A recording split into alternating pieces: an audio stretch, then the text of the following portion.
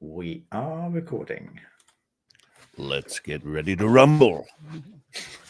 All right, here we are. I'm going to do a little bit of an introduction here. I think we got our sound right, so we'll have our normal listeners back, I hope, engagers. Hopefully, yeah. It's a bit embarrassing, that. Okay, so again, we're working on this Goethe's theory of knowledge, or it's one way to phrase the title. And I don't really, because of the sound, I didn't listen back to the last one, so I'm not. It's not going to be a seamless like here's where we were and this is where we're going. But basically, he lays out in previous chapters that an inorganic and organic science, but not just inorganic and organic science, but inorganic and organic thinking, and the appropriateness of each to their sphere. So physics, in a certain sense, requires an inorganic cause and effect kind of frame of mind that allows for quantifiable and predictable results, something like that. And then he goes into the really what I think Goethe is practicing, which is the Goethean scientific method, which he calls organic science. And I think that's pretty much synonymous there. And this will help us with our then spiritual science, as we've talked about previously. And then basically he says this type to multiplicity of instantiations of type has its limit when it reaches its limit when we reach human beings. And so he sort of gives, in the first bit, he gives an understanding that, and I love that he does this in the title when he calls it the humanities. So if you think about life from a scientific perspective, rather than just a narrowed specialization or a career or whatever it is we've got as a hot mess in our civilization, then you think about science is just part of your everyday life. Like this is what we all do, and we all should be doing it, not as a moral commandment, dogmatically stated, however. So he deals with, I think, the idea that the humanities themselves are the appropriate way to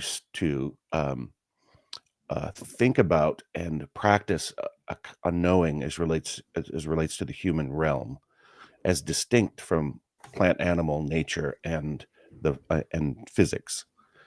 And then following chapter, then he talks about the first science, then being psychological science. And if people have listened to me in these conversations, they know where psychology, I believe, has gone way, way, way wrong. And what he's calling for is still needed. It's still needed to be engendered. It's still needed to be practiced. But it is beyond organic science. It's beyond the idea of type, multiply instantiated. And it inverts that as relates to that which needs to be the defining principle, or the first principle, which is individual self-contemplation. And then he follows that with this. I think we're going to have to work on this one for me, because he gives it short shrift, and I'm not sure I fully understand it. But then he says basically that when we're thinking then about culture, that we need to be thinking in terms of sociology as part of science. It's part of the science, humanities, that require knowledge of what it is to be a human being in relationship to the rest of nature. And then in the last full chapter, he describes history as related to individuals, and how they reflect an evolution of consciousness through time, and that ideation, or the evolution of consciousness, is the proper way to understand history. And then he got there by making sure that we know, if we have a psychological science, that personal existence is primary to that reality. If we don't acknowledge personal existence, then we don't have anything to study as relates to what it is to be a human being. We only have type, which would be stereotyping, and this invites in all sorts of problems as we've covered. So so there's that part of it. It's also freedom becomes a linchpin and a sort of fulcromatic necessity to what it is to be an agent, to what it is to be a human being as an agency. And then he deals with in the beginning of that chapter where he gets to freedom, he deals with the sort of reverse of that, which is how we are essentially moral beings because of that the impulse to be free and the impulse to know. Yet it's also what causes us to succumb to the ideation of this historical moment, which is inorganic science or inorganic thinking. So we apply, for example, to biology inorganic thinking in our use of mechanical models like the sodium potassium pump, and then we overlay that with a medical science that's based on mechanical ideas of our organic nature and our purely human nature. So the self is negated. The idea of that which is organic in us is seen as a mechanism, and so he's speaking right into this time. He's seeing right into this time. This work is so relevant, and these 4 chapters are so relevant to me that this idea that he was speaking 100 years ago is as some way to dismiss this point of view just means we haven't taken this up yet, this next step in the scientific endeavor, let alone the organic scientific endeavor.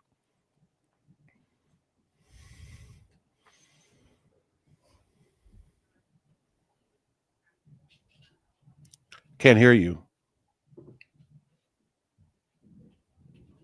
Still not. Can you hear him, Alexander? I can't hear him. Nope.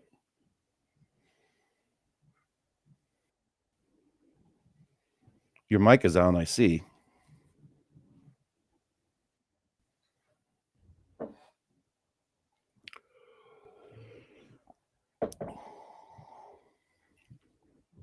No. But yeah.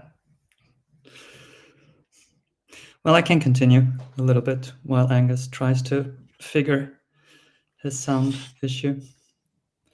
But yeah, I was quite taken by this chapter because it really made me conscious about the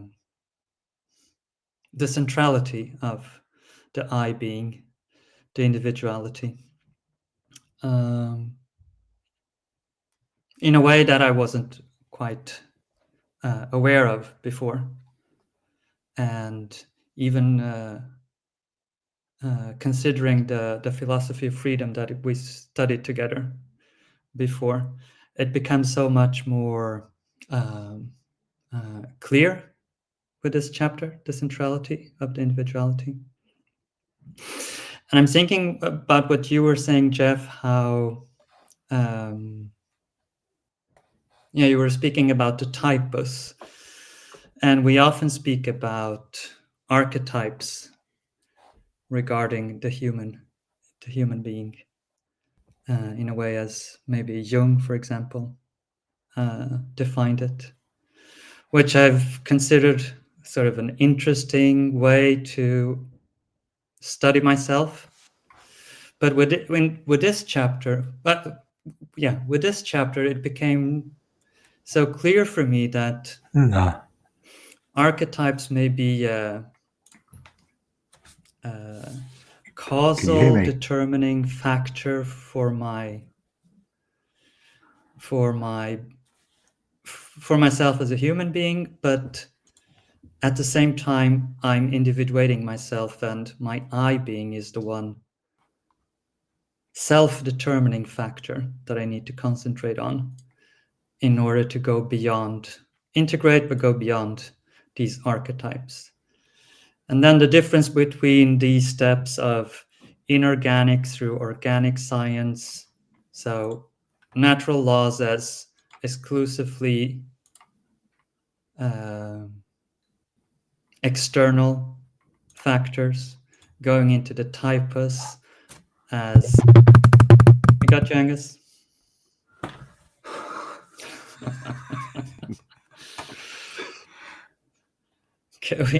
Going into the typus as a self-determining life force, maybe. That's it. And then the fully individuated, self-determined human being in freedom. So such an interesting metamorphosis of life and reality to become aware of. Mm-hmm. Okay. You can hear me, yeah? Yeah. Welcome, Angus. Thank you. Yeah, I had to change these because the battery ran out. So let's pray to... if it's so, apologies to Alexander, because I was fiddling around with sound, that I want to ask a question. I don't think this question was asked, but I'm really interested to hear what you two think about it. So at the beginning of chapter 17, he makes this statement. He says that spiritual science requires a fundamentally different relationship of the human being to the object. It's like it's right there. It's like the fourth sentence in chapter 17. And I think it really, for me, it's one of those essential sentences that's sort of like, it's so easy to skip over and sort of like think, okay, I understood what he meant, without really reflecting more thoroughly on what we might think he means there. So in your own thinking, have either of you got any thoughts of what is this fundamentally different relationship that he's talking about here, of the human being to the object? Can I ask a counter question to that? Yeah, go for it.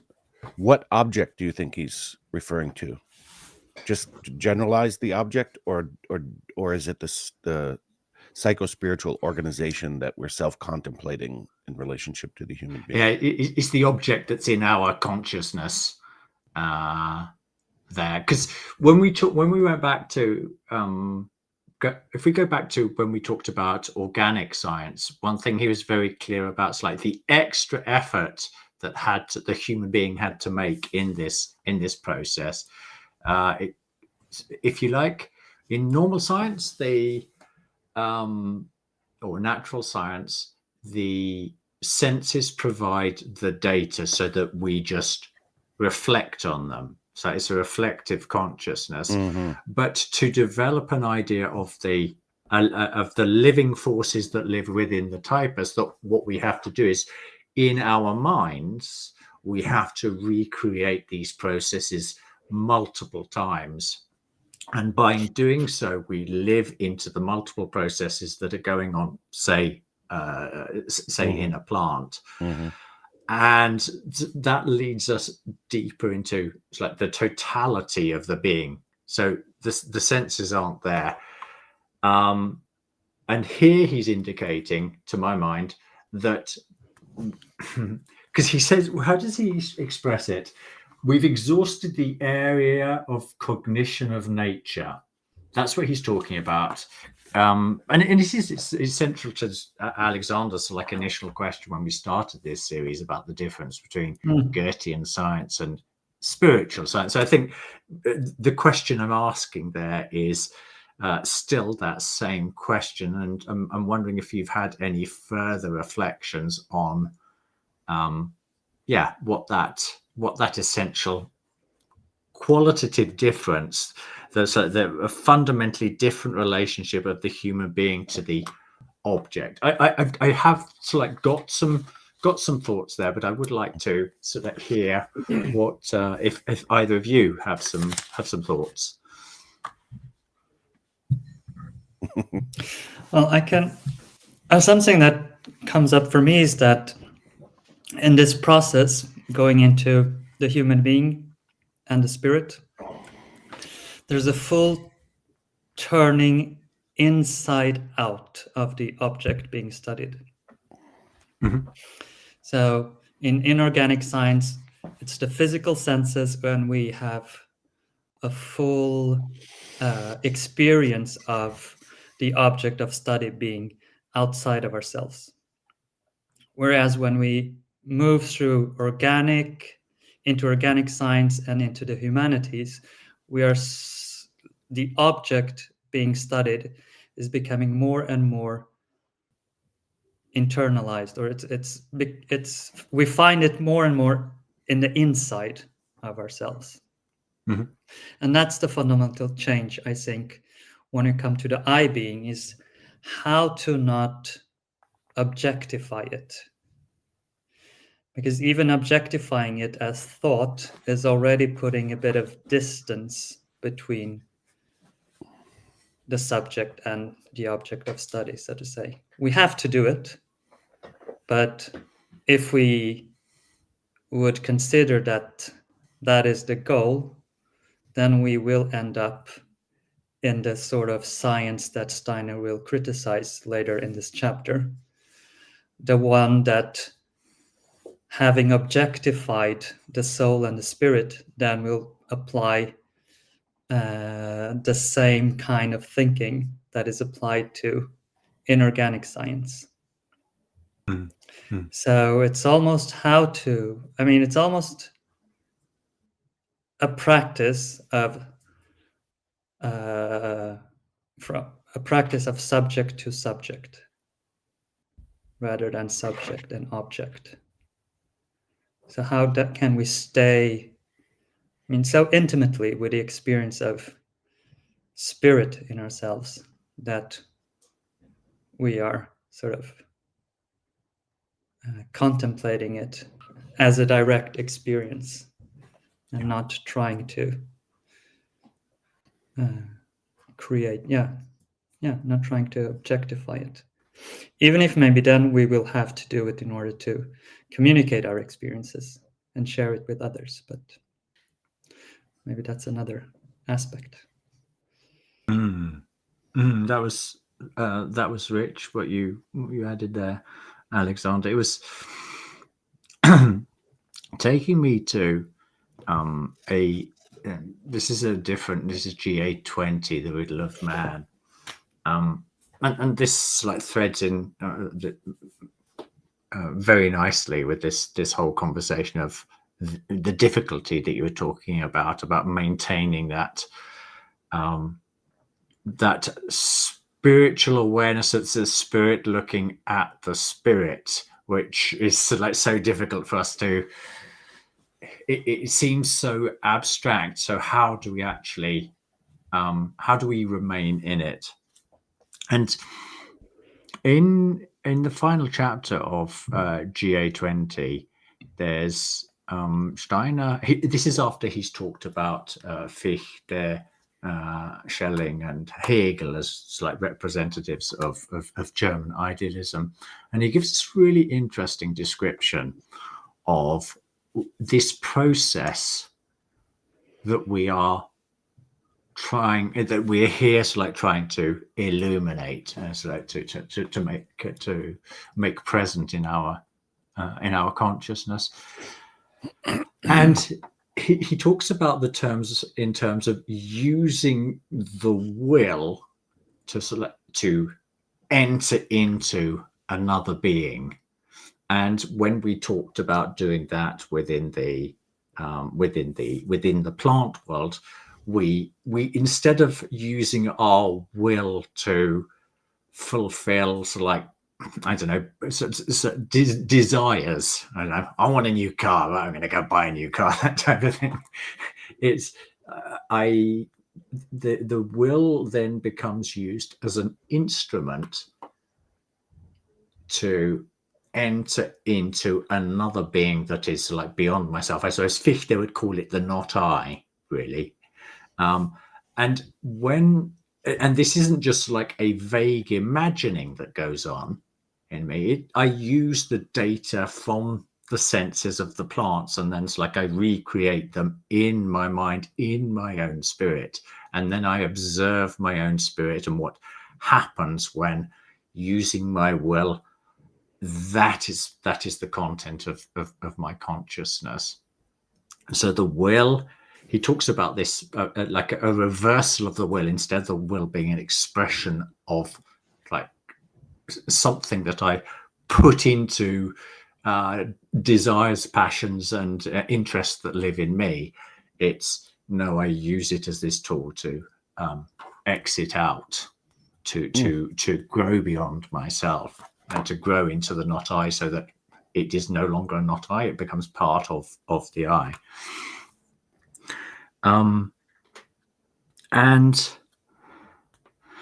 I've been thinking about this week, and particularly in relationship to a question that Schelling asks.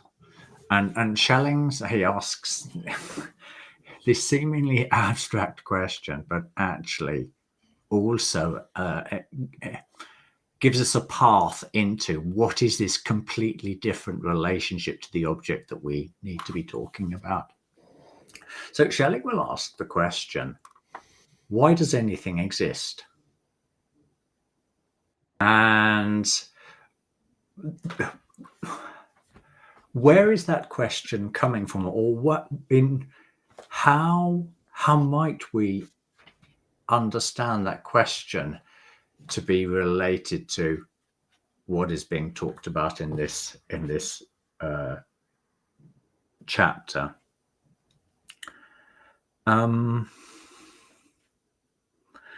So we are we've got nature and spirit, we've got the world of appearances, and we've got the ideal world, the noumenal world, the world that is can be apprehended by our thinking.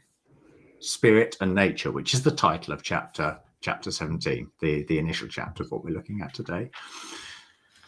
So for Schelling, there's this mystery of why does anything exist? We've got all of these beings in their essential forms, so like that are it's like in the ideal world, but why do they ever make themselves visible to us? Why does spirit want to make itself manifest? And this is, he will talk about this in the terms of we don't need to, it's not only, it's like we've got the miracle of sense impressions, the fact that we can perceive things,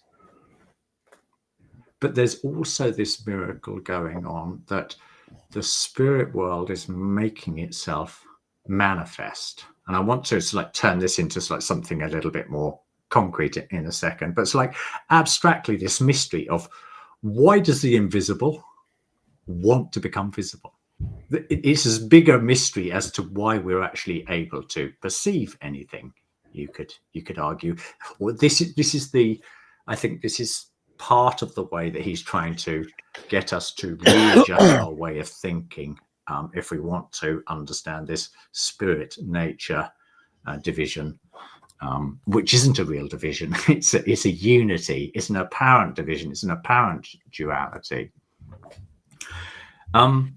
So this, I had been reading about Schelling, and I was driving into work. I think it was on Wednesday morning, Monday or Wednesday morning, but it was snowing here in Sweden, and there was something beautiful about the snow.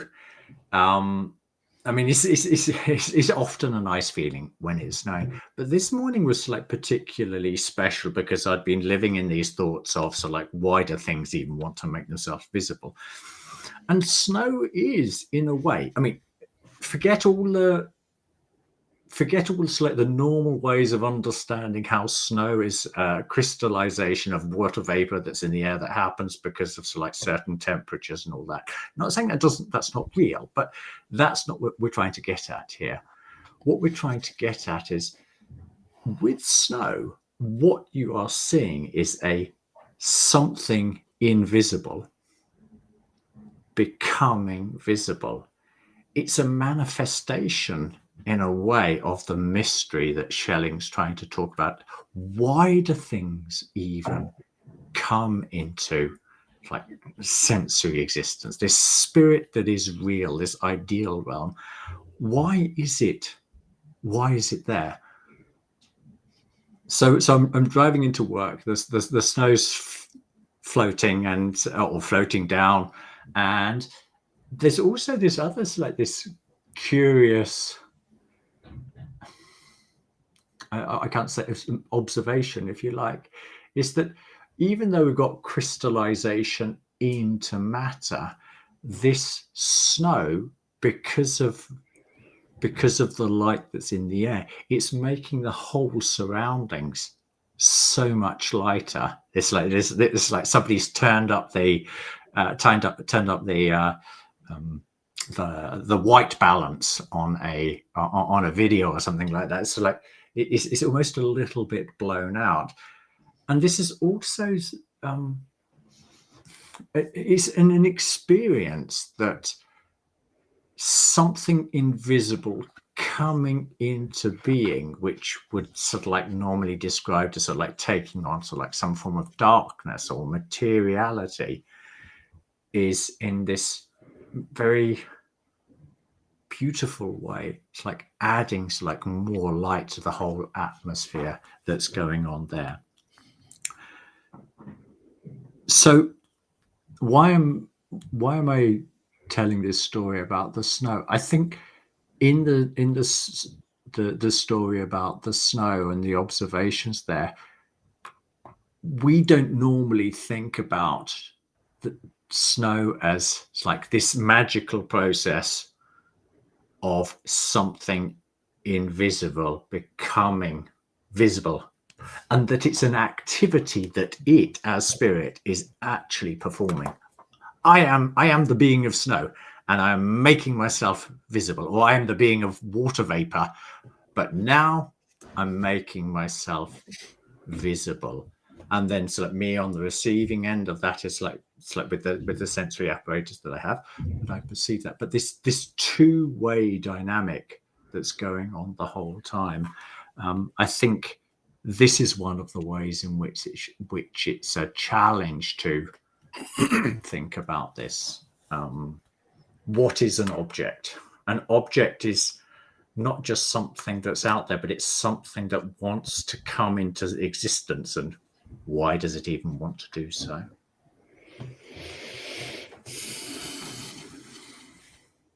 I'd like to just contemplate a little bit on this idea of want, the fundamental desire for knowledge, questions, inquiry, scientific inquiry. They're all a sort of negative spiritual space, not in the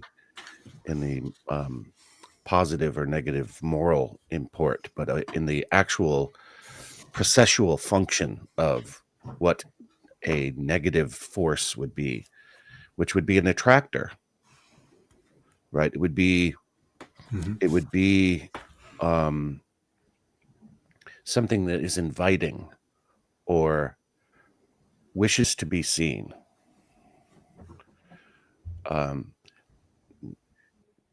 In a sense, you could say that's wishing to be made visible, or it could be seen also as wishing for us to take our blinders off, or to see with something that we previously didn't recognize we had to see with.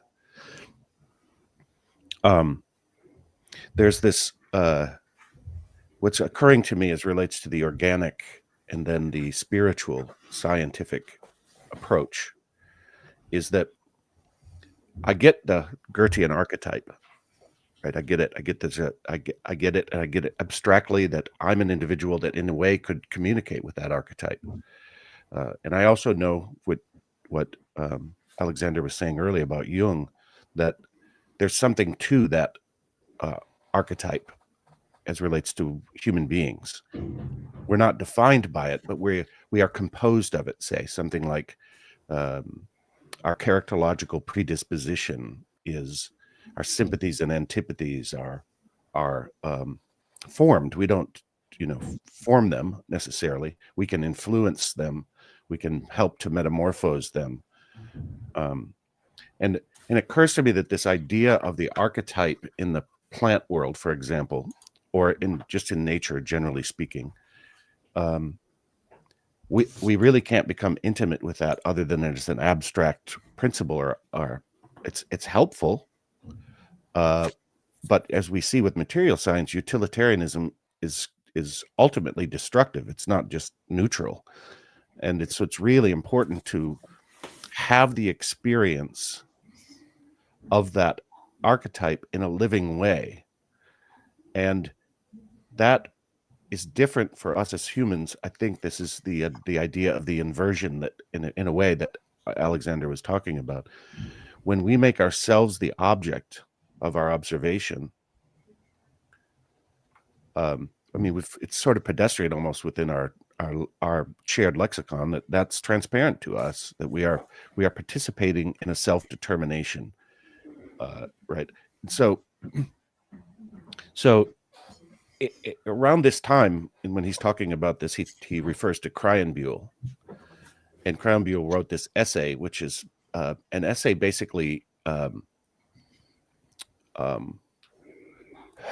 extolling the virtue of what Kant brought to ethics, but did so completely accidentally, because he developed this theory of knowledge that was inherently self-limiting. And so, what do you have? Where's your morality going to be? Where is your if your knowledge can only be theoretical and representative, then where is the ethics going to come from, right? But Kant places a sort of he sees the need for a moral component, but then he just says it's the absence of empirical prejudice, essentially, that then you will find that the morality is a duty, right? And then you just follow the duty. And what Kryenbuhl does beautifully here, and why Steiner points to it, is that it's the negation that matters, that he does here. Kryenbuhl says it's a foolish thing to say that that morality is the absence of empirical presuppositions. It's like saying light is the absence of darkness. And again, this negation, this absence, I'm trying to massage something that is very tenuous for me. I want to be clear about that. But it's this negation. It's this, in the previous chapters somewhere, he says the very thing that brings you to the limit is that which will allow you to cross the threshold that limit represents.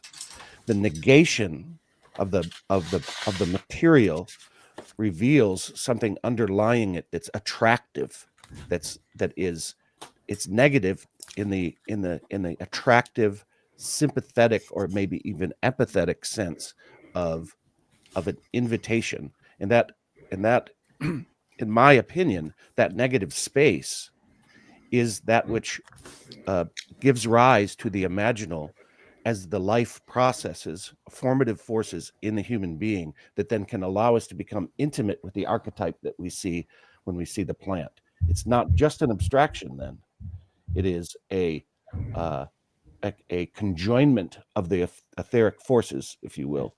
And those are abstract terms for the epistemology we're doing, but I sort of bookmarking it. Let's be clear: we are living creatures, and what we're pulling back here is life. What did I write? Life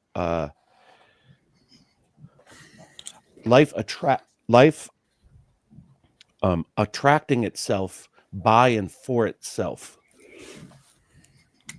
That our life formative forces are attractors that are shared.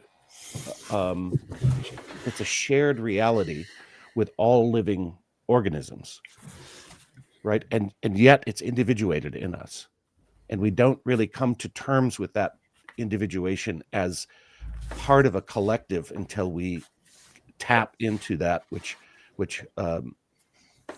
is always inviting us to see things that we could not see. So in closing here, the Kant mentions that there is a supersensible. We just can't see it, and we'll never be able to see it, because his theory of knowledge occludes the possibility that there's a kind of seeing that could allow for seeing it. And my argument here, essentially in the end, is that Kant, when he makes this distinction, is thinking in two different ways. He's thinking inorganically with his theoretical thing in itself dogma and categorical imperative dogma on the ethical side, and he's thinking etherically. He's thinking with formative forces. He just doesn't self-recognize it. He's actually dipped into this formative force that is I don't even say gives rise to cognitive our thinking. It is thinking itself, giving rise to itself.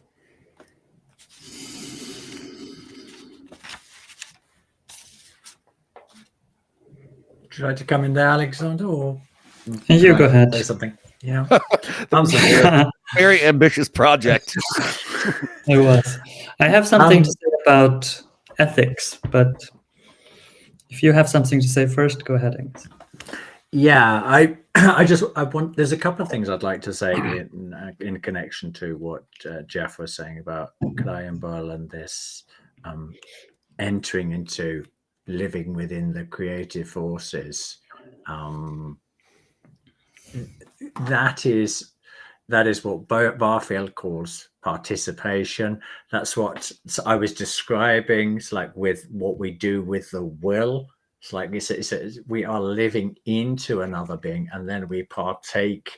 We are one with those creative forces. So that same force, those same forces that are out in nature, those creative creating forces, or producing forces is also another term that Steiner uses in this text. We are living together with them, and we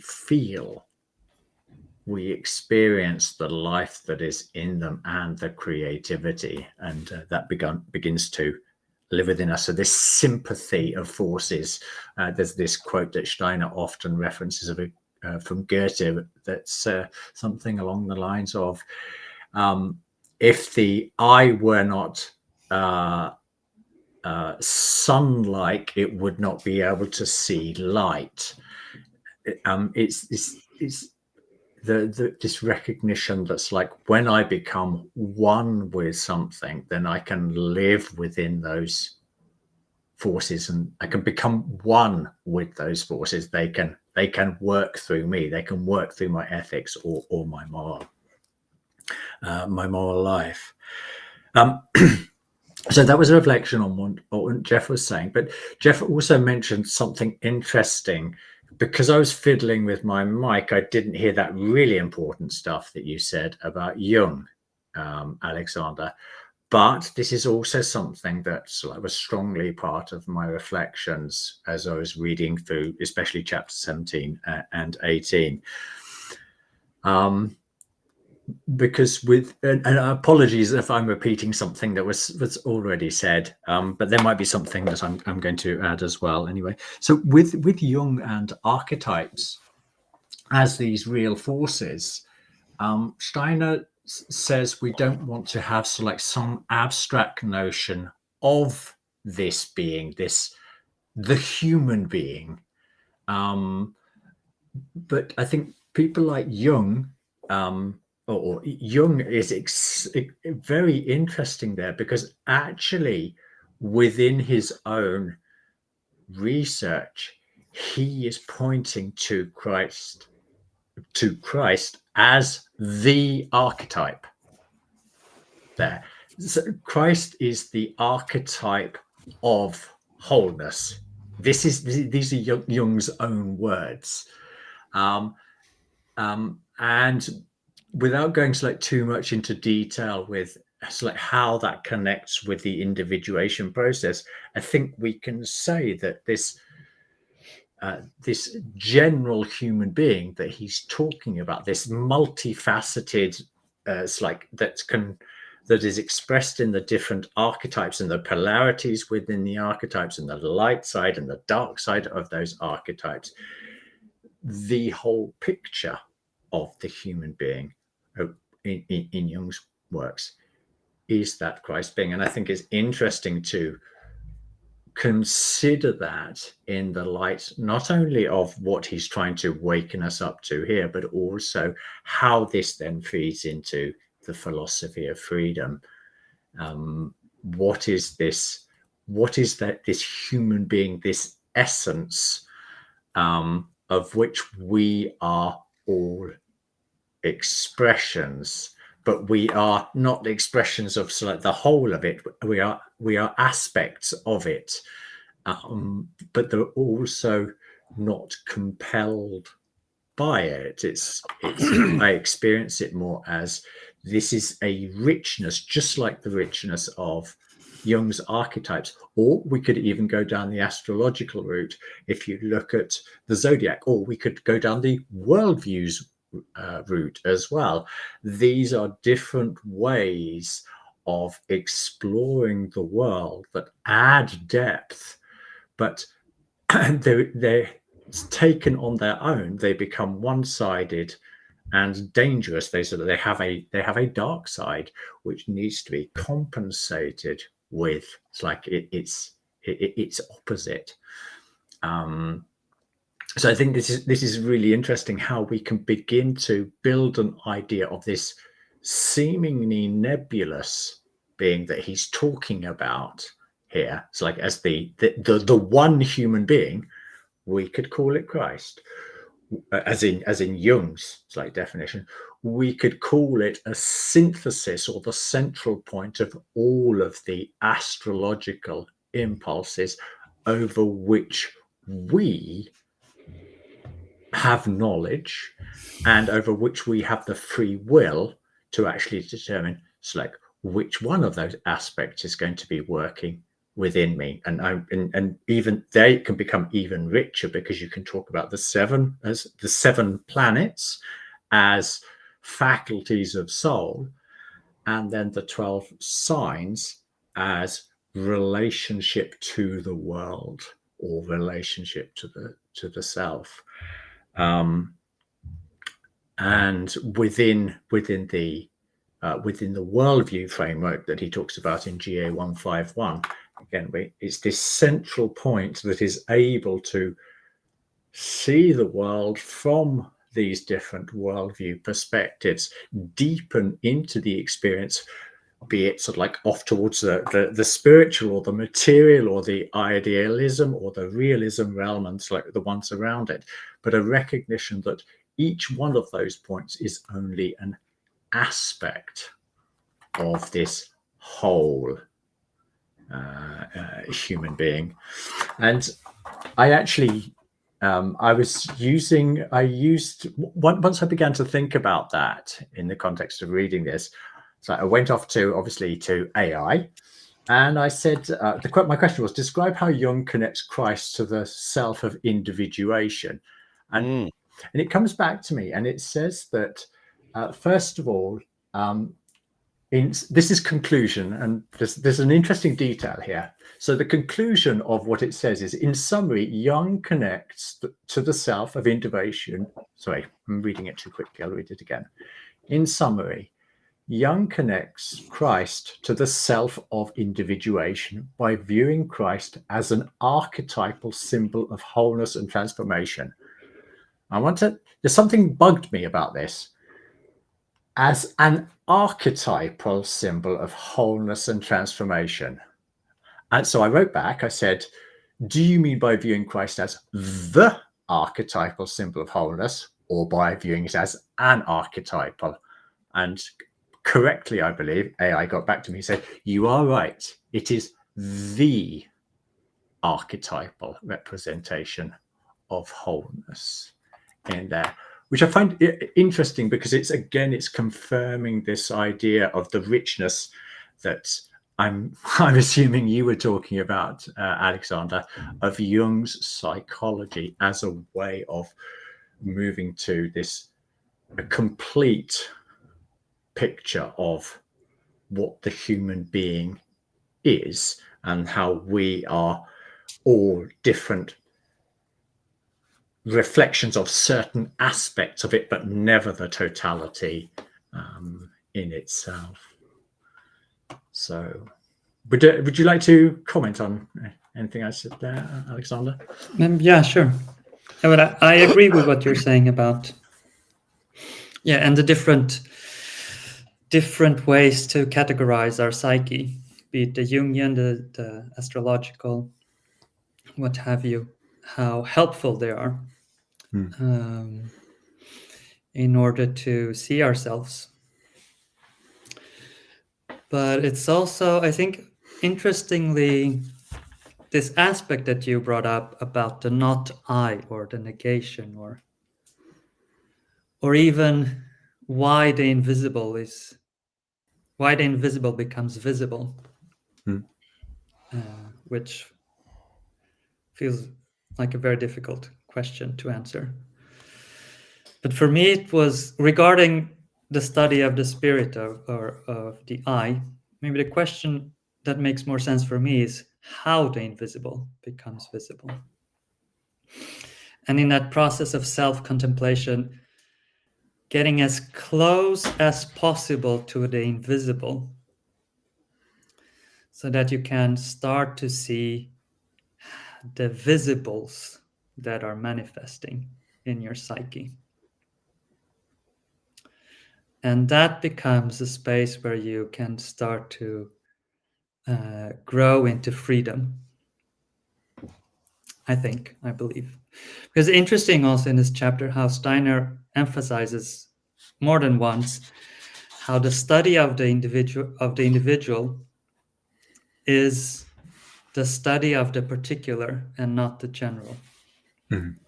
So when we're speaking about archetypes, whether it's the Jungian or the other ones, we're still touching upon the general, what is common among us. But we want to get to the individual, or the I being. And this is something that it's occurring to me after reading this. So even saying the human being feels a bit incorrect, isn't it? Because human being is what unites us. But we want to get to what differentiates us. And that is the I being, that is having a unique and particular expression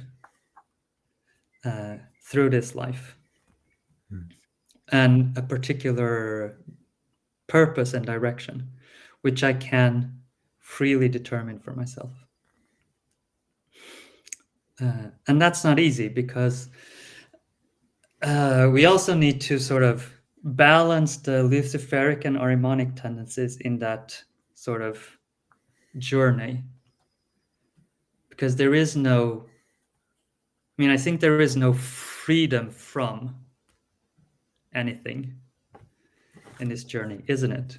We can't free ourselves from all these personal characteristics and archetypes, but we can expand into more than what we are given, in a way.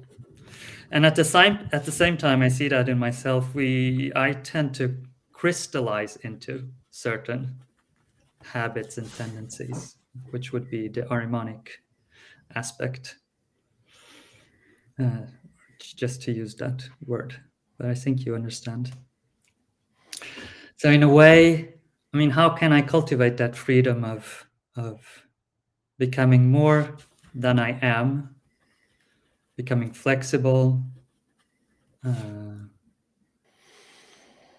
and at the same time acknowledging and being grateful that, I mean, I can't sort of free myself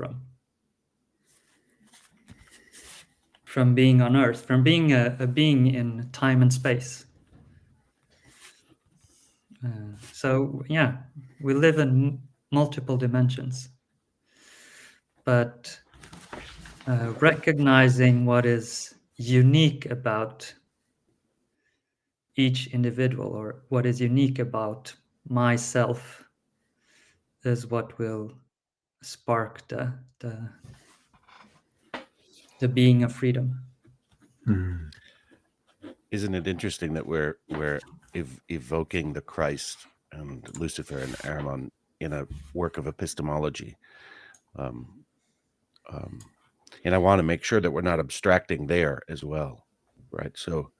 So I think we should flesh out a little bit, both literally maybe flesh out and figuratively what we mean, right? And so first, the idea that Christ is the archetype is not quite adequate, is it? It's not quite adequate of a word, because archetype doesn't have being associated with it, right? It doesn't have presence. Where's the presence in an archetype? Archetypes point to something.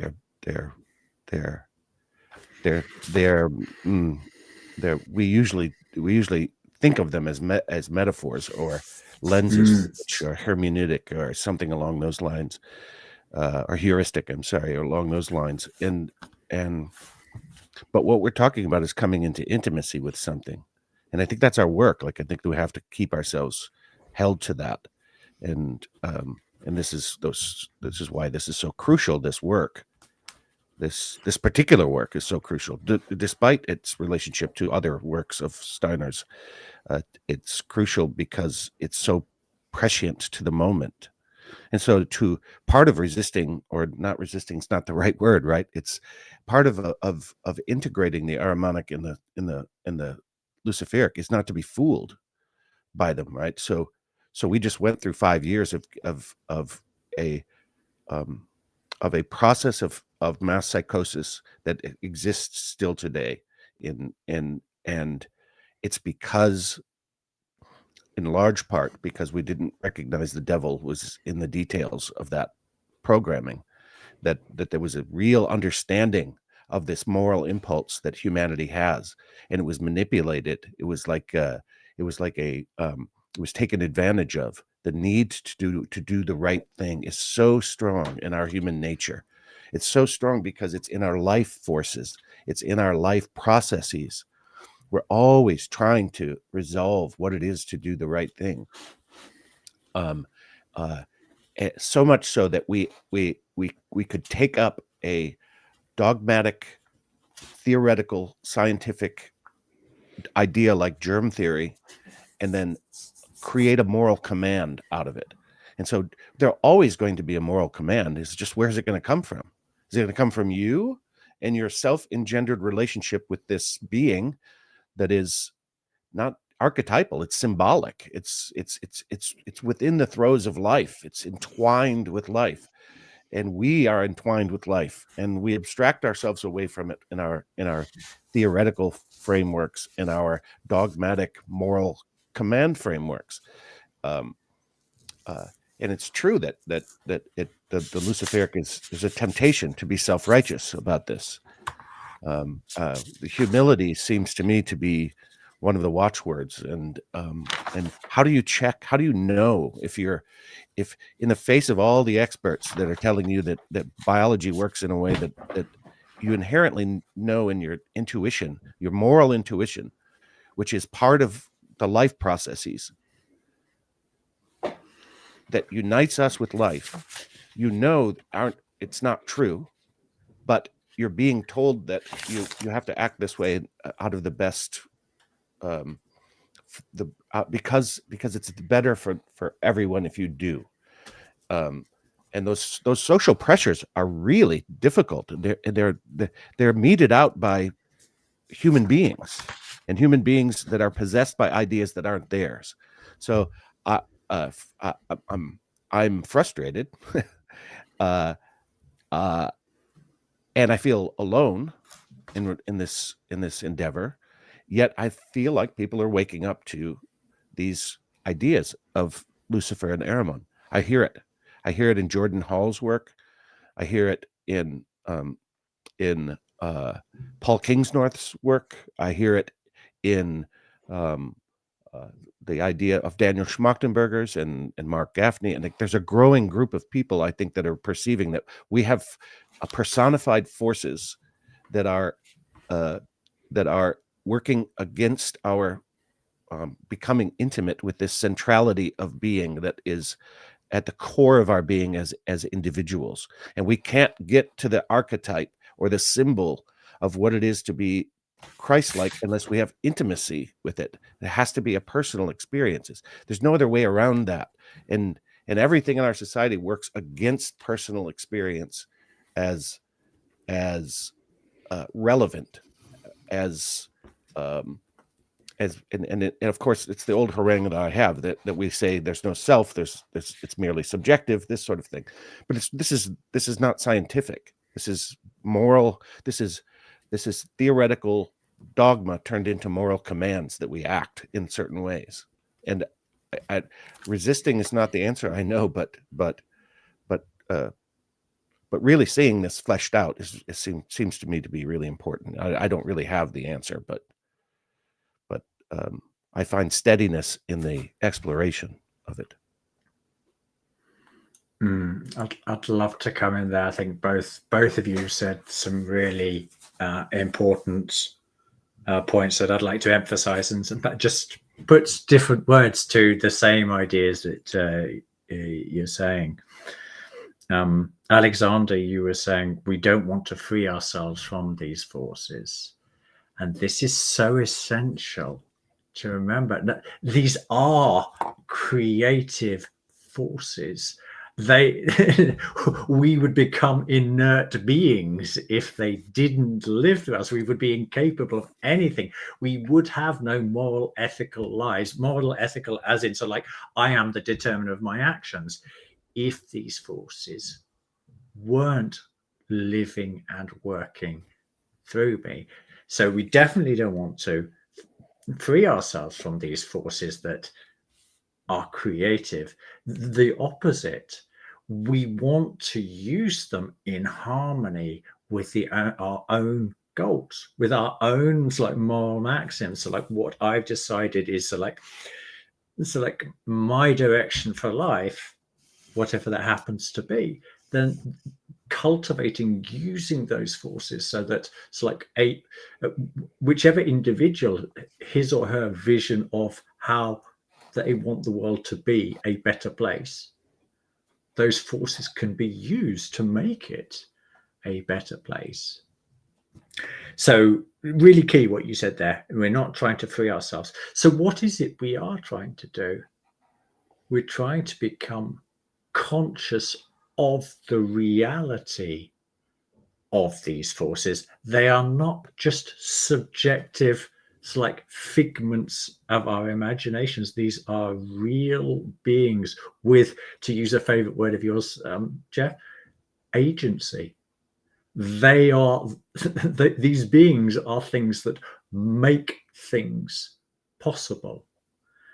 And we as human beings, we have this ability to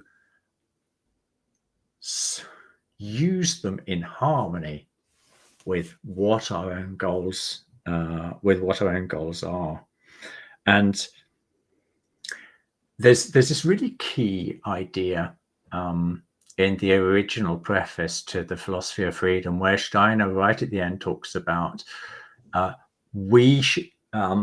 if we don't want to become slaves to ideas, then we have to become conscious of them. We have to meet them face to face. And this is so pertinent to what you were saying, Jeff. So you were talking about we want to do the right thing. And if we slavishly believe that, we're not saying don't do the right thing, but what is the right thing? to do. Just because somebody uses that mantra, is it actually still doing the right thing? And it's only by understanding the spiritual forces behind them, the essence behind what we're being encouraged to do because it's the right thing, then we will know whether it is the right thing to do or whether it actually might be something we should be avoiding if we don't want to become further enslaved to the ideas. So,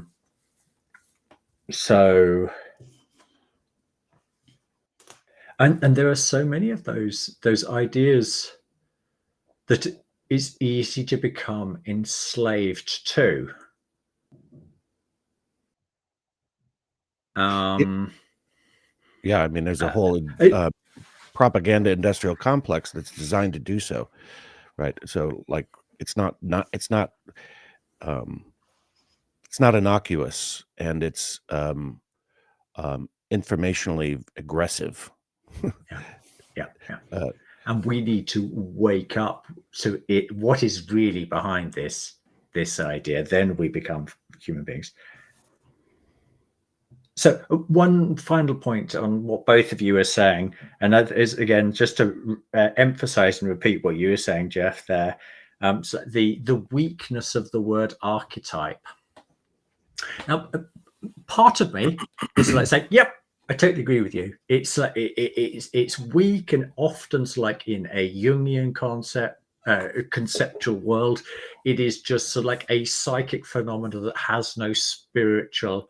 It only has agency. Well, how does it even have agency? But it's not related to real beings beyond the human being. It's real in that these are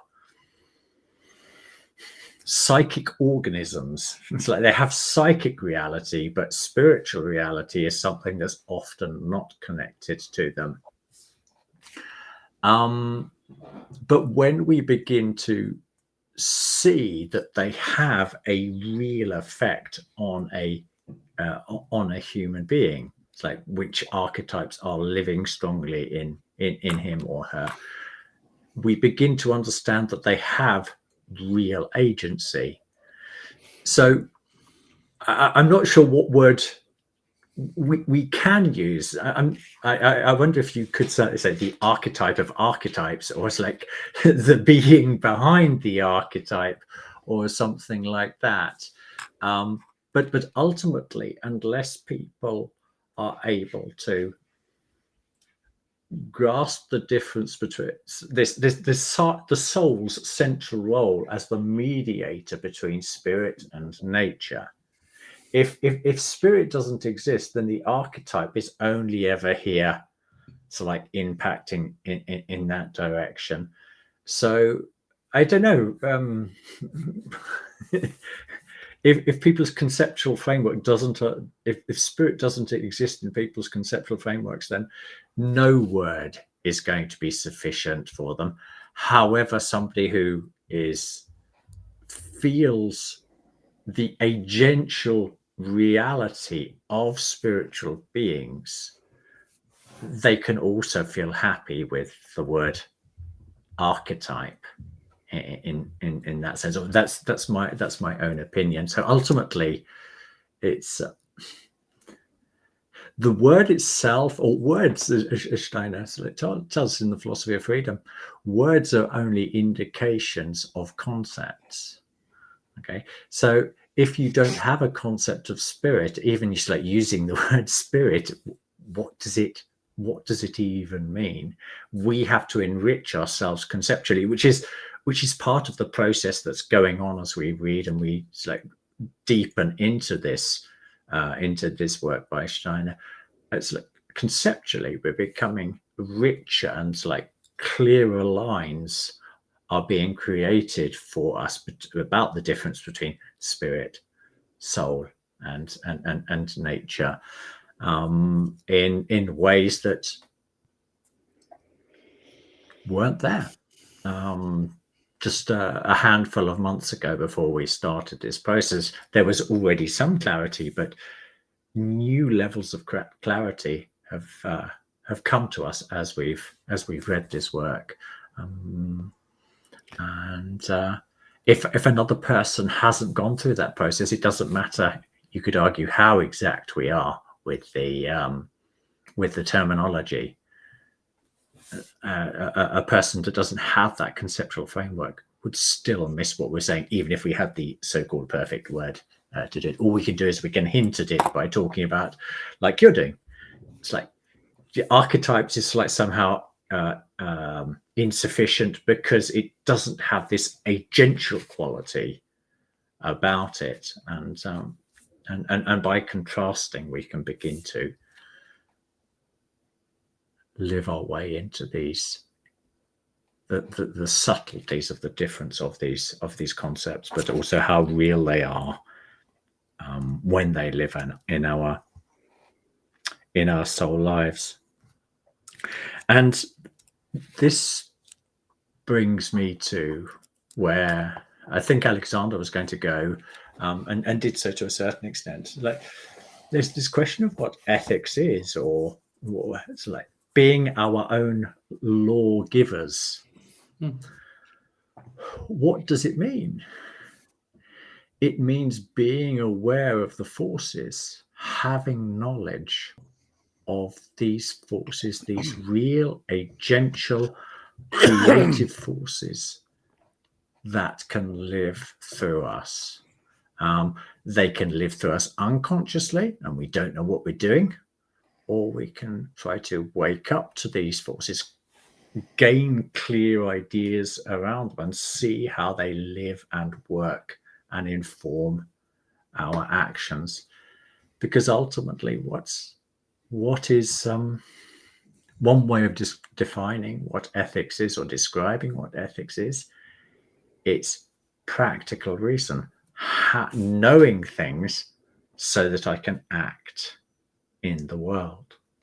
Yeah, and I can only do that with these forces. Yeah, the practice bit, the practical bit is really crucial here. I want to read something that I think underlines everything that we were just talking about. According to our worldview, who in fact should give these laws to individuals? The world foundation has poured itself completely into the world. It did not remain outside of the world in order to control it externally. It has not withheld itself from the world, but impels everything internally. Its highest form of appearance in the reality of ordinary life is thought, and with it, the human personality. Right?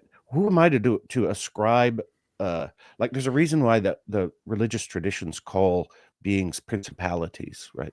They're not archetypes. I like the word symbol because it says within the throes of, so it's a representative of the thing and the being itself underlying it, right? I represent a certain sort of thing, and I'm a symbol of myself in a certain sense, in that I have a personality. And symbols are alive. They're like, somewhere Steiner describes when people made totems, the totems were living totems. They weren't objects, right? They actually were portals of perception that allowed for a kind of seeing that was not there before. And then I want to pick up this idea of practice, because in this section where he deals with material science, and it's really interesting that he brings that in almost immediately in that chapter. Which one is it? Is it cognition?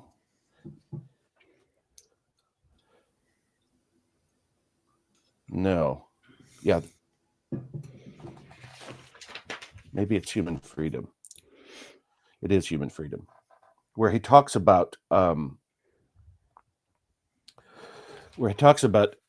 if our scientific endeavor is going to be dogmatic, there's going to be a practice, right? And the practice is going to run counter to our epistemological understanding of how we come to know things. So we actually have to deny ourselves and our own ability to know as something external from nature. But it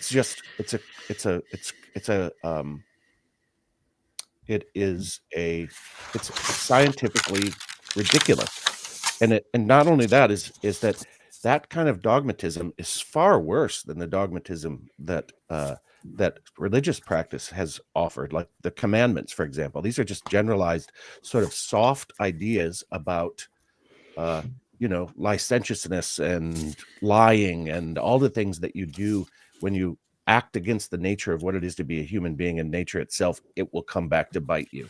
Those are religious principles that we're instantiated as dogmatics, and we can't have that now. But we replaced it with this absolutely absurd mechanistic picture that completely undermines what it is to be a human being and what human nature is and our ability to know as individuals. Right. So there's my penny's worth.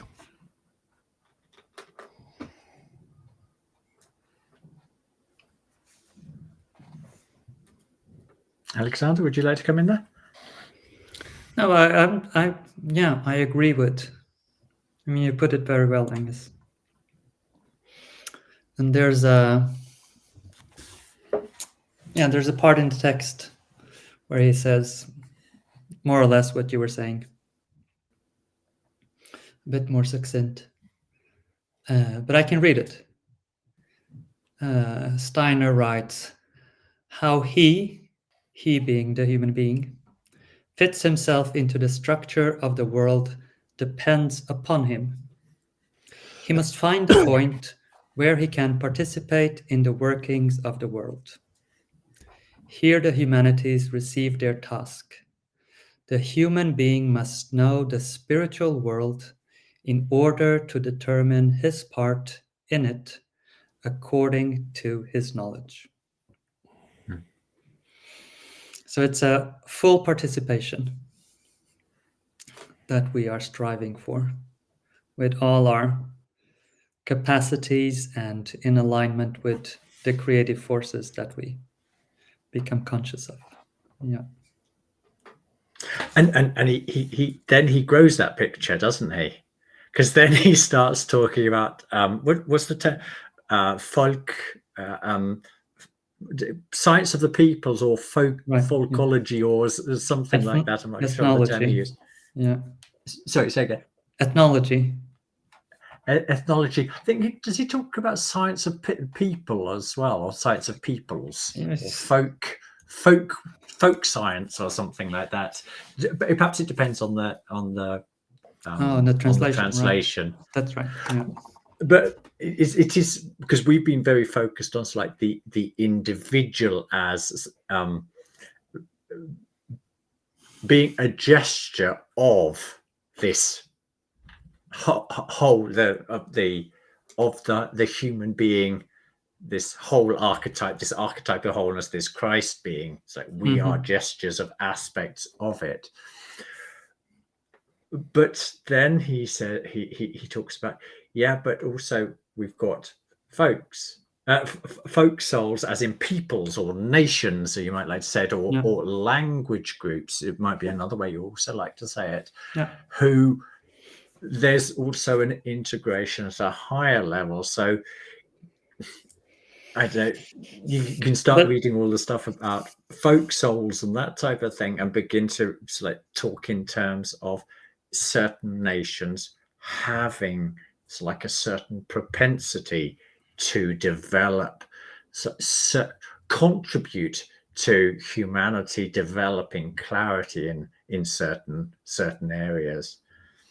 And just because we're involved in philosophy here, so like obviously you've got this like huge movement towards empiricism and realism that's coming from the English-speaking world.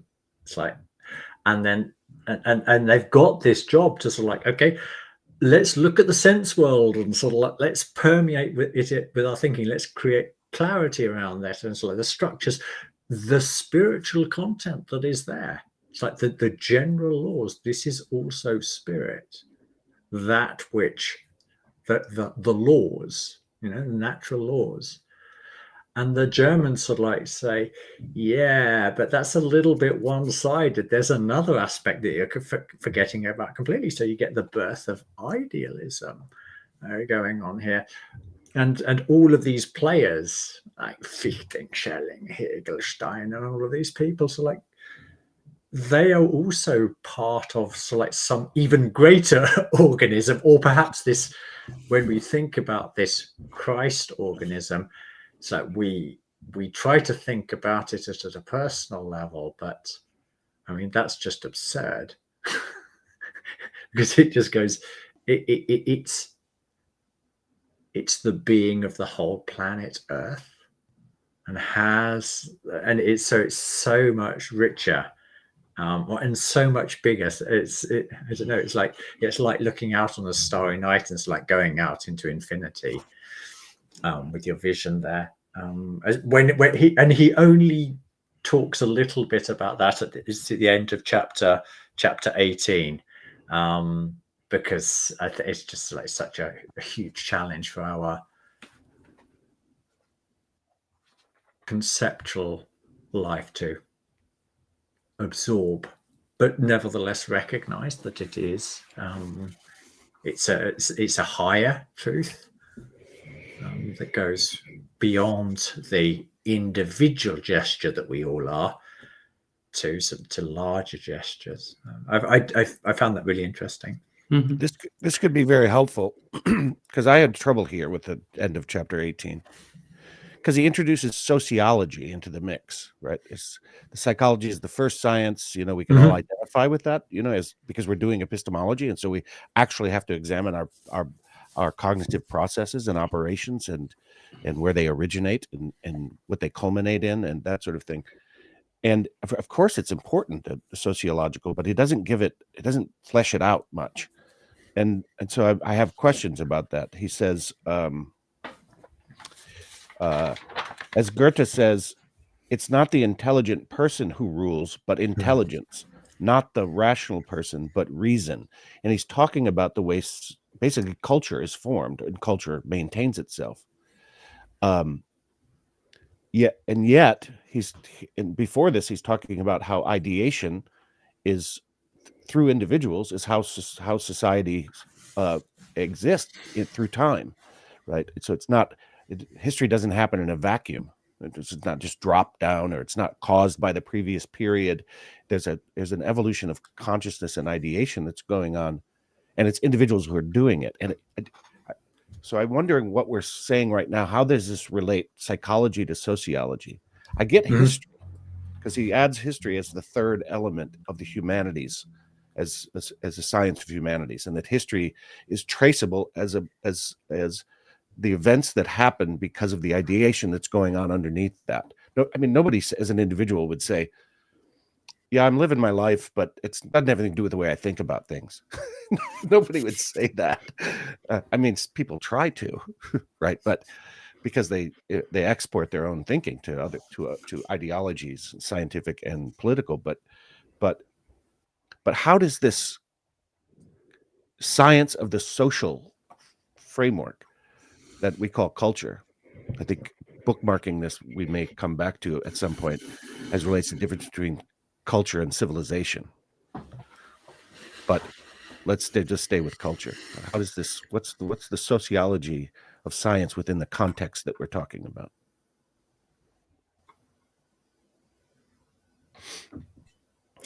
He says that there's a specific, or he points to a specific purpose of sociology and political science, and he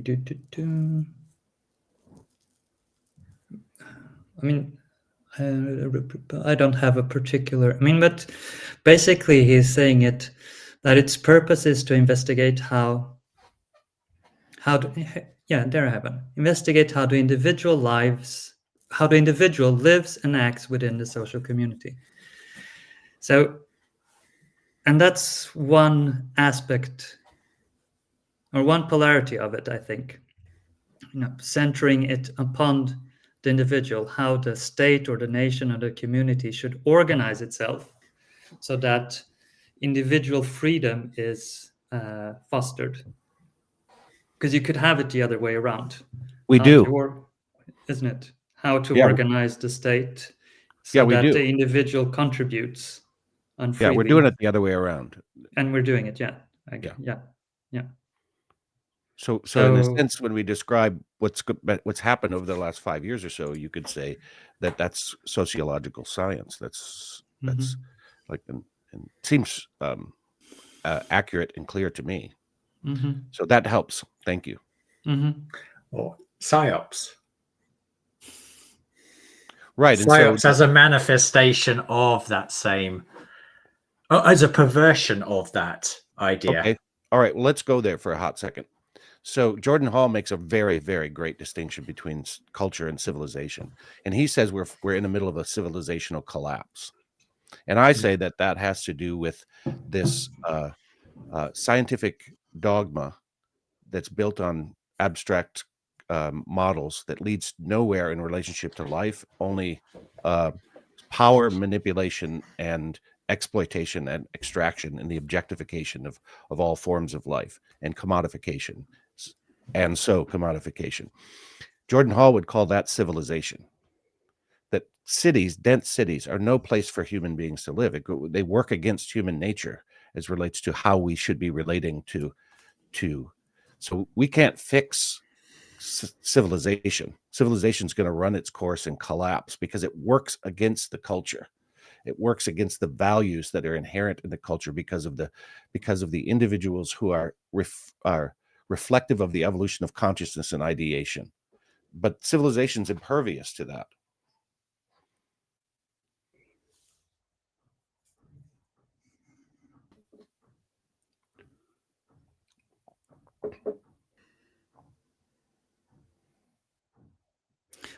What do you mean by impervious?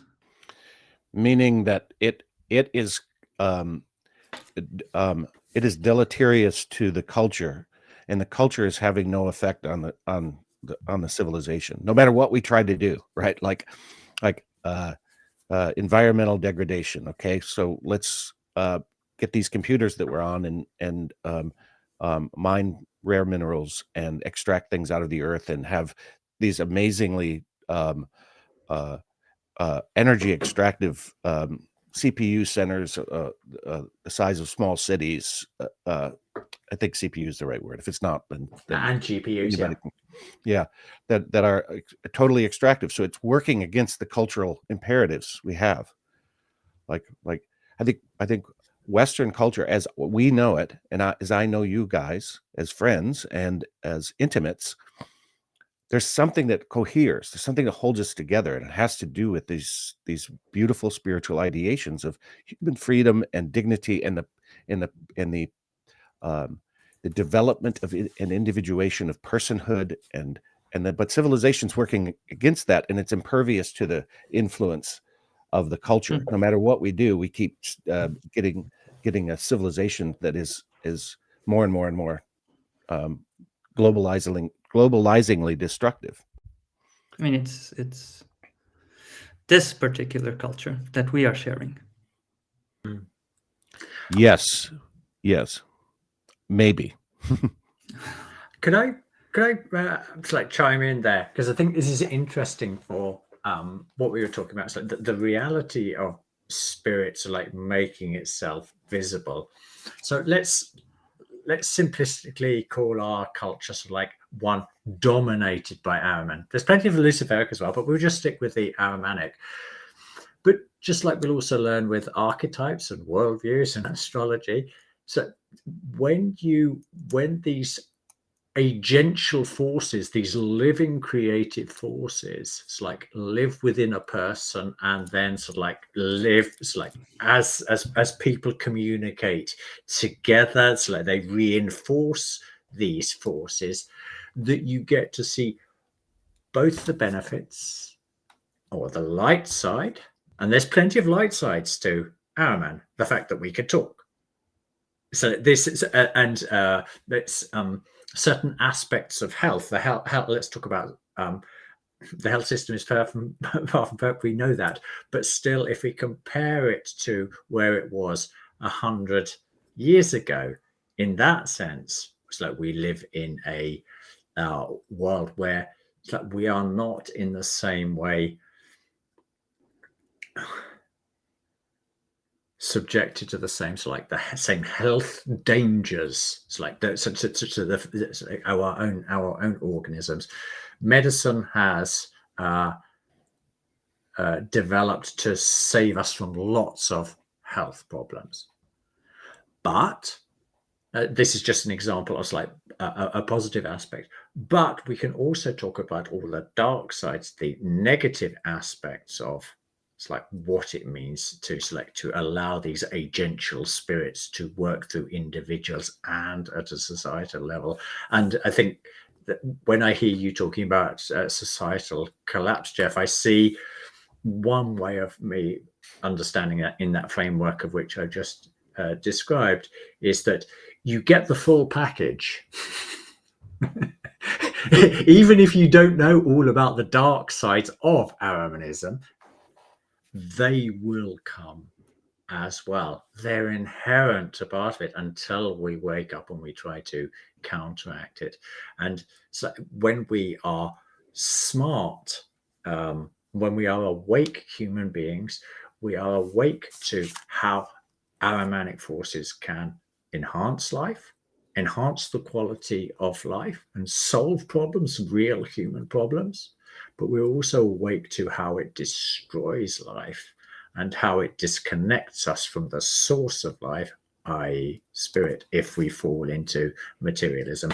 And you could perform the same type of analysis for the Luciferic forces. And so these agential beings that are living through us, consciously or unconsciously, civilizational collapse is an aspect of not refusing to recognize it's like the dark sides of something and trying to take remedial action against them. Does that square with how you see things? Yeah, you sort of called me on it, right? Because I said earlier, we've got to flesh these out and see the agencies, and I sort of went into like civilizational victimhood or something like that. But I also think that if you're seeing this as an organism, right, then so first of all, civilization is as opposed to culture, and the culture is coming along with it. So there's good things about that as well. Globalization of a cultural ethos that has a morally imaginative component that universalizes the individual despite the culture. Like that's pretty damn good, I'd say. Yeah. But then we're also because of the economic globalism that's so dominant, and the technological globalism that is self-exponentializing, by the way, things that could have been destructive singularly are becoming more completely destructive. Then we have an existential crisis of crisis at the level of survival or something like that. Like so that's not a joke, right? And what you said really helps me settle back into myself a little bit and say, look, civilization is the necessary senescence that occurs as culture goes along. Like the Roman civilization collapsed, but the Roman culture survived. It didn't go away, right? It metamorphosed into the next thing. It just stopped being a civilization-sized or civilization quantitative dominant force. So that helps mediate it a little bit, but the threats are real. Can I add something to you said something really interesting there, because it connects back to this curious sentence at the end of chapter 18, where he talks about folk science or sociology must investigate that immortal being. It's the immortal being that Goethe has talked about.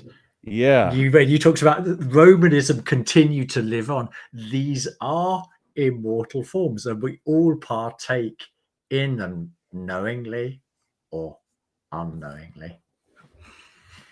Yeah, very good. That could be a whole topic for a whole conversation. Yeah, he says, I'll quote it because this is where I am. Psychology investigates the nature of the single individual. Likewise, sociology, the psychology of community spirit, must investigate that immortal individuality. It's because Goethe refers to the collective reason that is a culture as an immortal individuality. And it's a way to see it. It's at the level of individuality is the way to see it, right? Just like type, just like archetype of plant is an individuality that allows us the possibility, if we individuate, to be in conversation just like we are now. I would suggest.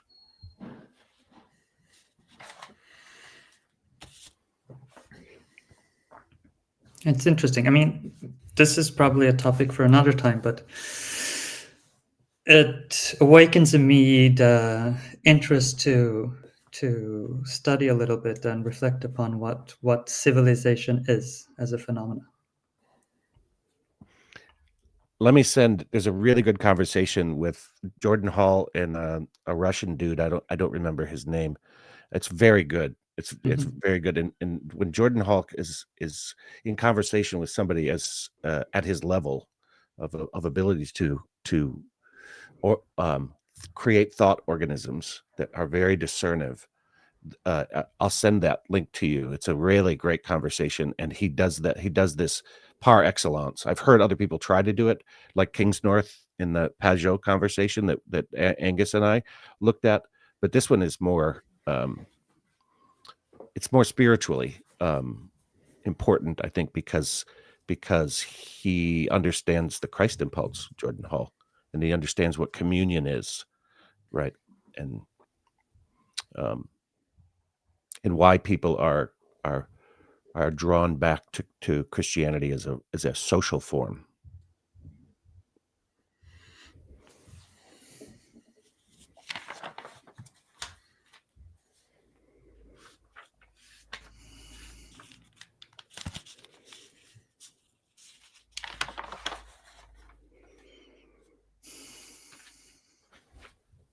And there's another question I had, just a detail.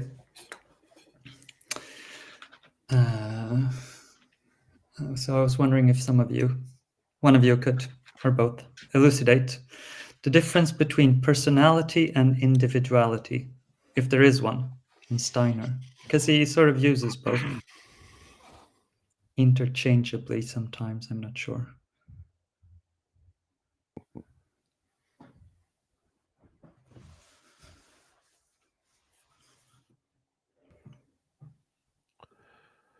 I think it's similar to the difference between archetype and being. So if I think of a personality, that's something that I can work on. It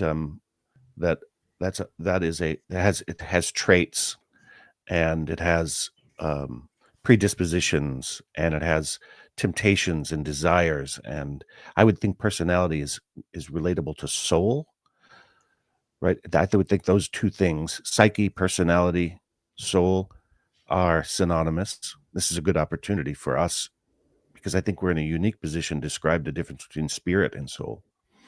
And I think of the individuality as that which is spiritualizing the soul, so such that the personality itself becomes spiritualized. And that's why Christ was a personality, right? Or is a personality, not just a total God being that didn't have to come, that lived through the portal of what it is to live in a human personality and transform that personality right into the very marrow of that being. Like, what freedom is possible when the spiritualized soul is there is the personality, a spiritualized individuality, which then works into the life process, the physiological processes, which is the mission of the Christ on earth, is to spiritualize matter, spiritualize the physiological processes. So that's the differentiation I would make. Yeah, well, thanks, Jeff. This isn't a direct answer to your question, Alexander. It's just more a reflection, because, and I read it in German, but then I listen to it in English, and I'm always fascinated about the word choice. That why certain words are chosen over others. And one overriding impression that I get is that consistently Steiner uses lots of different words to communicate the same essential concept. And one of the reasons I think that he does that is that we don't attach a concept to a specific word. A word is a symbol, not in the sense that you were using symbol earlier, Jeff, but it is just a symbol, and any other symbol would do once you know what that concept is. So it creates a certain, it forces us to be flexible in our thinking, to not just read a word and think we understand it. And we ask the type of questions that you did exactly there, Alexander. Is there a difference, or is it really exactly the same being? Because these are the type of questions that'll tease out whether we have understood it or not. And just as an example, there's in German there's this word which is bewirkte, Wirkung, and wirkende, which in English, it's like in this one of these chapters sometimes it gets rendered as the producer and the product and that which is being produced, or the conditioned, that which is being conditioned and that which has been conditioned, or but when I was just doing it like out of my own, I prefer to use the working, the worker, and the worked upon. And really, it doesn't matter which words you use there, as long as it's like the relationship between those words is clear. Then I think that's evidence that so that you grasp the concept. And you could probably think of other. You could go with the word artist or creation or something like that. The art, the artist, the artwork, and the artistic that is the artistic creation, the process of creating art. It's so interesting, the word choice, looking at it and sort of considering, well, does it have to be that word in translation? And obviously,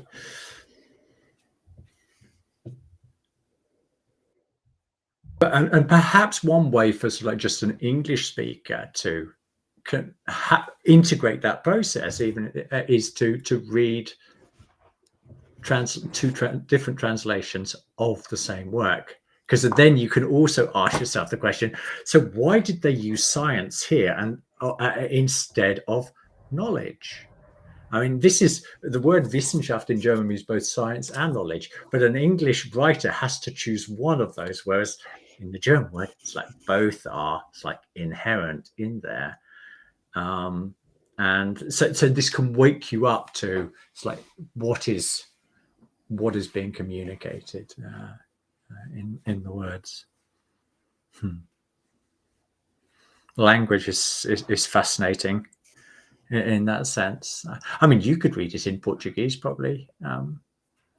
If it's in I could. Portuguese, I don't know if it's available, but yeah. No. See where it gets. So, should we move to? Are we ready to move to the last chapter about optimism and pessimism? A very short one. Any final thoughts on that one? Not really. I mean, he seems. Sorry, go ahead. Well, it just seems to be saying that optimism and pessimism as worldviews put forward are occluding of reality. Why would you do either one? Maybe you can think of them as balancing each other. I could be wrong. I might be just a little bit too dismissive of this single page, really. Oh, I think I do. I've got a very different read actually from you good. there, Jeff. Because he's basically saying it's we as human beings, we determine our relationship to the world. So, and he says something along the lines of, the world is neither good nor bad, or good nor evil, I can't remember the words that he used, until we make it so. And this is going back to this fundamental insight that it's been clear since the beginning of this book. is that any experience is nothing until we as individual human beings add concepts to it. It's empty. It's like morality doesn't exist for animals because they don't know. They just act out of their instincts. They haven't got this ability to freely choose. So I think he's making an important point here, that though pessimists who say, he how does he express it?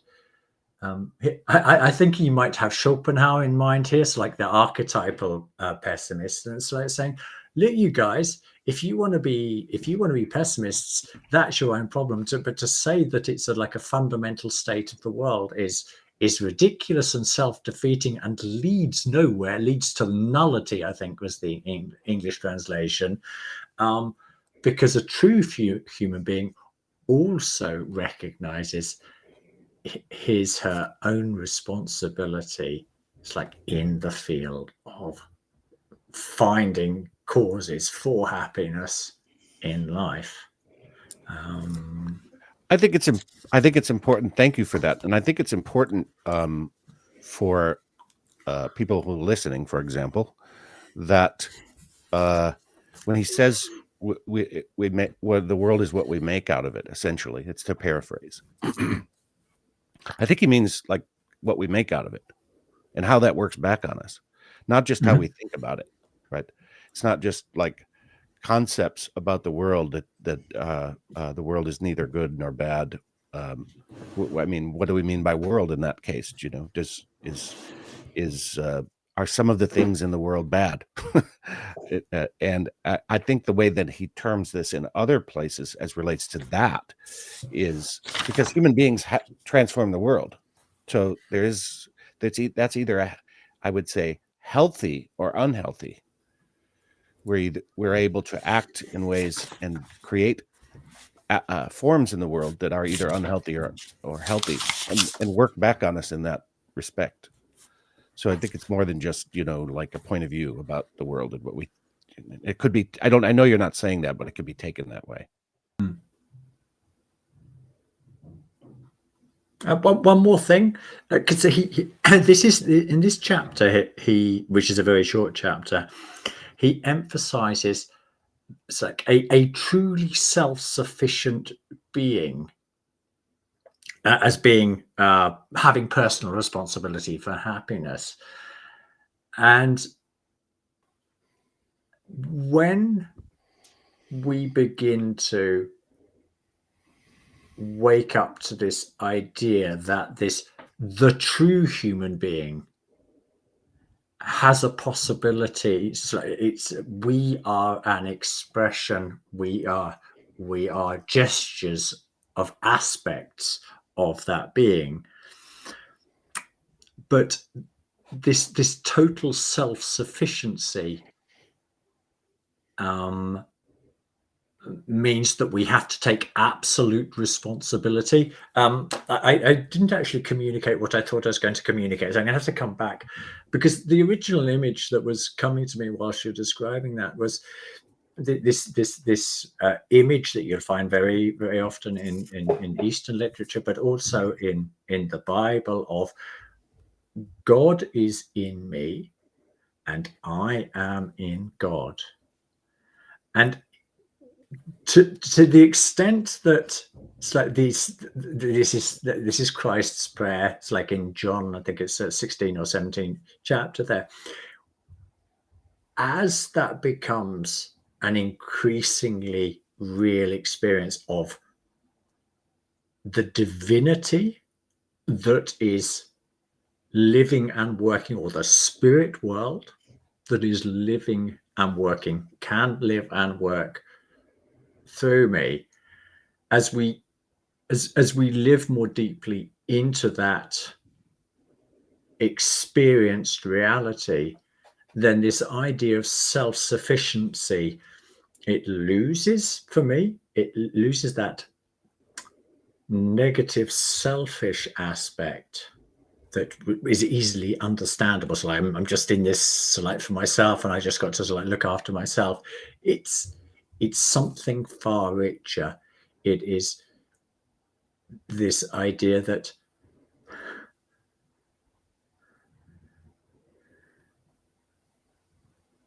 this image of being a divine spark, of being a child or a son of God, is something real. And the more that we wake up to it, the more it transforms our complete understanding of our whole relationship to life and everything around us. Perhaps a final thought on that aspect. At the beginning of the Bhagavad Gita, when Krishna is speaking to Arjuna on the battlefield, he basically lays it down. He says, look, mate, look, Arjuna, your problem is that you've forgotten that you are a spark of God. You are an immortal being. You don't know what is real anymore. When you do, when you truly understand that, all of those things that seem like problems for you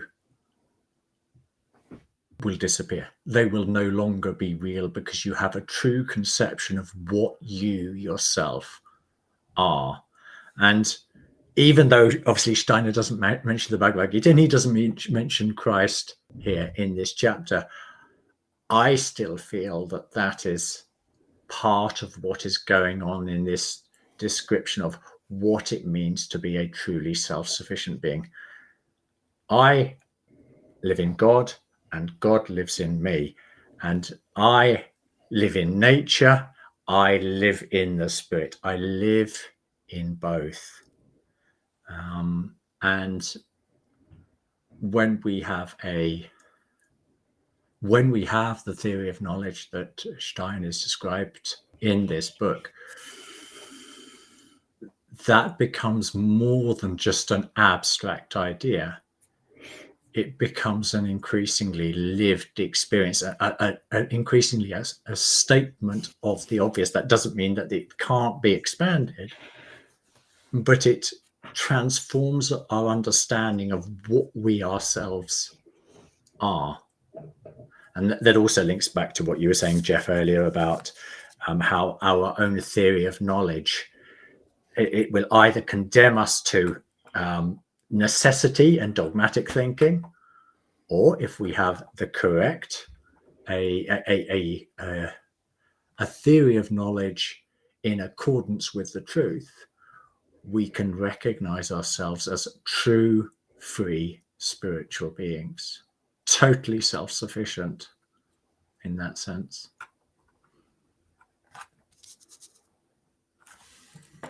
Yeah, I think of responsibility there. Like, this is, the world is what we make it, whether we know it or not.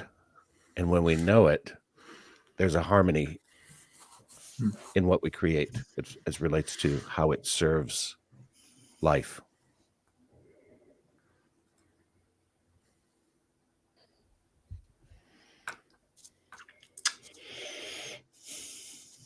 Well, thank you, gentlemen, for reading this book together with me.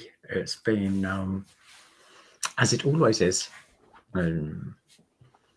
you think you understand something, but then when you work together in a small group and you dedicate a bit more effort to it, you realize that there's so much more going on there. There's this possibility for deepening into something that really becomes a transformational step.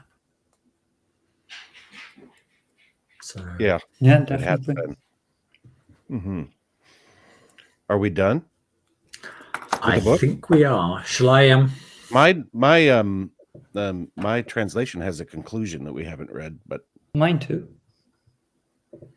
It says conclusion: knowledge and artistic creation.